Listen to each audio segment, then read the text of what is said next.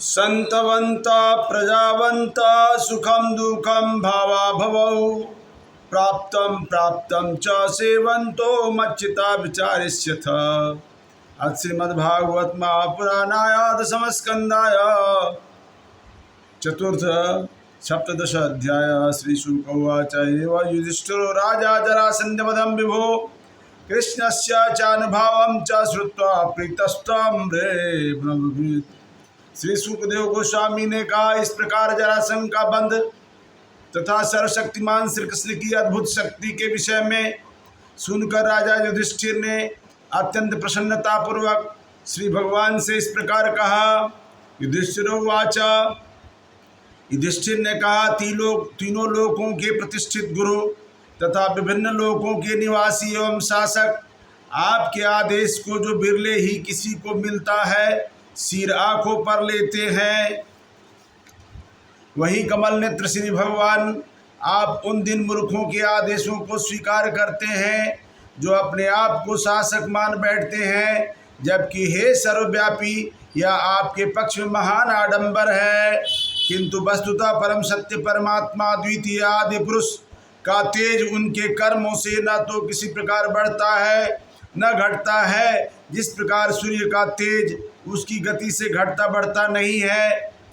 हे अजीत माधव, आपके भक्त तक मैं और मेरा और तुम और तेरा में कोई अंतर नहीं मानते, क्योंकि यह तो पशुओं की विकृत प्रवृत्ति है। श्री शुक उवाच, सुखदेव गोस्वामी ने कहा, इस प्रकार का कर राजा युधिष्ठिर ने तब तक प्रतीक्षा की जब तक यज्ञ का उपयुक्त समय निकट नहीं आ गया। तब उन्होंने भगवान श्री कृष्ण की अनुमति से यज्ञ कराने के लिए उपयुक्त पुरोहितों का चुनाव किया, जो कुशल विद्वान थे। द्वैपायनो भारद्वाज समंतो गौतमो सीता वशिष्ठवन कन्वो मैत्रव कसवस्त्रिता विश्वामित्रो वामदेवो सुमति जयमनि कृतु पैल पराशरो गर्गो वैषम्यापना च गुरु अथर्वा कश्यपो धौम्यो रामो भार्गवो आसुरे वितिहोत्रो मधुछंदा बिरसेनो कृतव्रणा। उन्होंने श्री कृष्णदेव द्वैपायन भारद्वाज सुमंतु गौतम तथा असित के साथ ही वशिष्ठ च्यवन कण्व मैत्रेय कवश तथा तृत को चुना। उन्होंने विश्वामित्र वामदेव सुमति जैमिनी क्रतु पैल तथा पराशर एवं गर्ग वैशंपायन अथर्वा कश्यप धौम्य भृगु वंशी परशुराम आसुरी वितिहोत्र मधुछंदा वीरसेन अकृतवर्ण को भी चुना। हे राजन, जिन अन्य लोगों को आमंत्रित किया गया उनमें द्रोण भीष्म कृप पुत्रों सहित धृतराष्ट्र महामति विदुर तथा यज्ञ देखने के लिए उत्सुक अन्य ब्राह्मण क्षत्रिय वैश्य तथा शूद्र सम्मिलित थे। हाँ, सारे राजा दल बल सहित वहाँ पधारे। तत्पश्चात ब्राह्मण पुरोहितों ने यज्ञस्थली की सोने के हल से जुताई की और प्रमाणिक आधिकारिक तथा नियत प्रथाओं के अनुसार यज्ञ के लिए राजा युधिष्ठिर को दीक्षा दी। यज्ञ के निमित्त पात्र सोने के बने थे, जिस तरह की प्राचीन काल में वरुण देव द्वारा संपन्न किए गए यज्ञ में था। इंद्र ब्रह्मा शिव और अन्य लोकपाल सिद्ध तथा गंधर्व एवं उनके सेवकगण विद्याधर महान सर्प मुनि यक्ष राक्षस दैवी पक्षी किन्नर चारण तथा पृथ्वी के राजा सभी को आमंत्रित किया गया था। और वे पांडुपुत्र राजा युधिष्ठिर ने राजसु यज्ञ में सभी दिशाओं से आए भी थे। वे यज्ञ के ऐश्वर्य को देखकर रंच मात्र भी चकित नहीं हुए, क्योंकि श्री कृष्ण के भक्त के लिए यह सर्वथा उपयुक्त था। अयाजना महाराजम याजका देवर्चसा राजसुएन विधिवता प्रचेत समी वामरा। देवताओं के सदृश शक्ति संपन्न पुरोहितों ने वैदिक आदेशों के अनुसार राजा युधिष्ठिर के लिए उसी तरह राजसु यज्ञ संपादित किया, जिस तरह पूर्व काल में देवताओं ने वरुण के लिए किया था। सोमरस निकालने के दिन राजा युधिष्ठिर ने अच्छी तरह से बड़े ही ध्यानपूर्वक पुरोहितों की सभा के श्रेष्ठ पुरुषों की पूजा की। तब सभासदों ने विचार विमर्श किया कि उनमें से किसकी सबसे पहले पूजा की जाए, किंतु अनेक व्यक्ति सम्मान के योग्य थे, अतः वे निश्चय कर पाने में असमर्थ रहे। अंत में सहदेव ने कहा, निश्चय ही पूर्ण पुरुषोत्तम भगवान अच्युत तथा यादवों के प्रमुख ही इस सर्वोच्च पद के योग्य हैं। सच तो यह है कि विवाह यज्ञ में पूजे जाने वाले समस्त देवताओं से तथा साथ ही पूजा के पवित्र स्थान, समय तथा साज समान जैसे पक्षों से समन्वित हैं। यह समस्त ब्रह्मांड उन्हीं पर टिका है और वैसे ही महान यज्ञों का संपन्न किया जाना है। उनकी पवित्र अग्नियाँ, आहुतियाँ तथा मंत्र ही भी उन्हीं पर टिके हैं। सांख्य तथा योग दोनों ही उन अद्वितीय को अपना लक्ष्य बनाते हैं।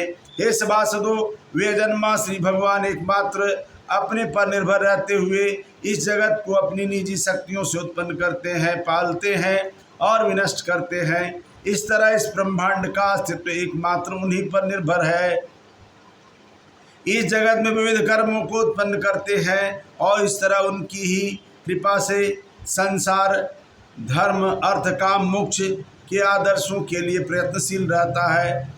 तस्मात् कृष्णाय महते दीयताम परमार्हणम् एव चेता सर्वभूतानां मामत्वचार्षण भवेत्। इसलिए हमें चाहिए कि भगवान श्री कृष्ण की ओर सर्वोच्च सम्मान दे। यदि हम ऐसा करते हैं तो हम सारे जीवों का सम्मान तो करेंगे ही, साथ ही अपने आप को भी सम्मान करेंगे। सर्वभूतात्मभूताय कृष्णान्य दर्शिने देयम शांताय पूर्णाय दत्वान्वे चित्तमच्छता। जो भी व्यक्ति यह चाहता है कि दिए गए सम्मान का असीम प्रतिदान मिले, उसे श्री कृष्ण का सम्मान करना चाहिए, जो पूर्णतया शांत हैं, समस्त जीवों की पूर्ण आत्मा श्री भगवान हैं और जो किसी भी वस्तु को अपने से पृथक नहीं मानते। श्री सुखदेव गोस्वामी ने कहा कि यह कहकर भगवान श्री कृष्ण की शक्तियों को समझने वाले सहदेव मौन हो गया और उसके शब्द सुनकर वहां पर उपस्थित सभी सज्जनों ने बहुत अच्छा कहकर उसे बधाई दी। राजा ब्राह्मणों की इस घोषणा को सुनकर अत्यंत प्रसन्न हुए, क्योंकि इससे संपूर्ण सभा की मनोदशा को समझ गए। उन्होंने प्रेम से विभोर होकर इंद्रियों के स्वामी भगवान श्री कृष्ण को की अच्छी तरह पूजा की। भगवान श्री कृष्ण के चरण पखारने के बाद महाराज युधिष्ठिर ने प्रसन्नता पूर्वक उस जल को अपने सिर पर छिड़का और उसके बाद अपनी पत्नी, भाइयों एवं अन्य पारिवारिक जनों तथा मंत्रियों के सिरों पर छिड़का। वह जल सारे संसार को पवित्र करने वाला है।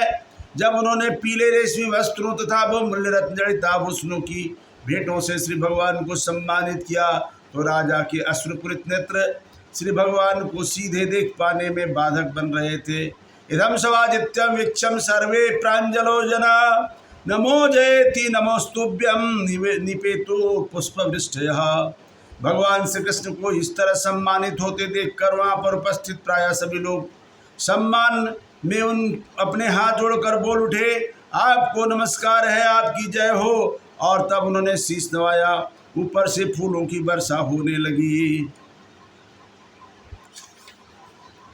दशमोघ दमघोष का असहिष्णु पुत्र भगवान श्री कृष्ण के दिव्य गुणों की प्रशंसा होते सुनकर क्रुद्ध हो उठा और आसन से उठकर खड़ा हो गया और क्रोध से अपने हाथ हिलाते हुए निर्भय होकर सारी सभा के समक्ष श्री भगवान के विरुद्ध निम्नानुसार कटु शब्द कहने लगा।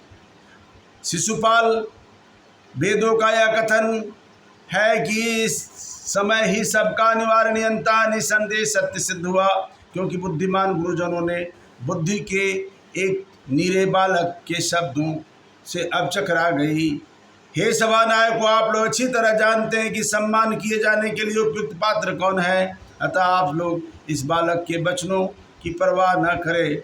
जब वह यह दावा कर रहा है कि श्री कृष्ण पूजा के योग्य है, आप लोग इस सभा के सर्वाधिक उन्नत सदस्यों में परम सत्य के प्रति समर्पित तपस्या की शक्ति, दैवी अंतर्दृष्टि तथा कठोर व्रत में लगे रहने वाले, ज्ञान से पवित्र हुए ब्रह्मांड के शासकों द्वारा पूजित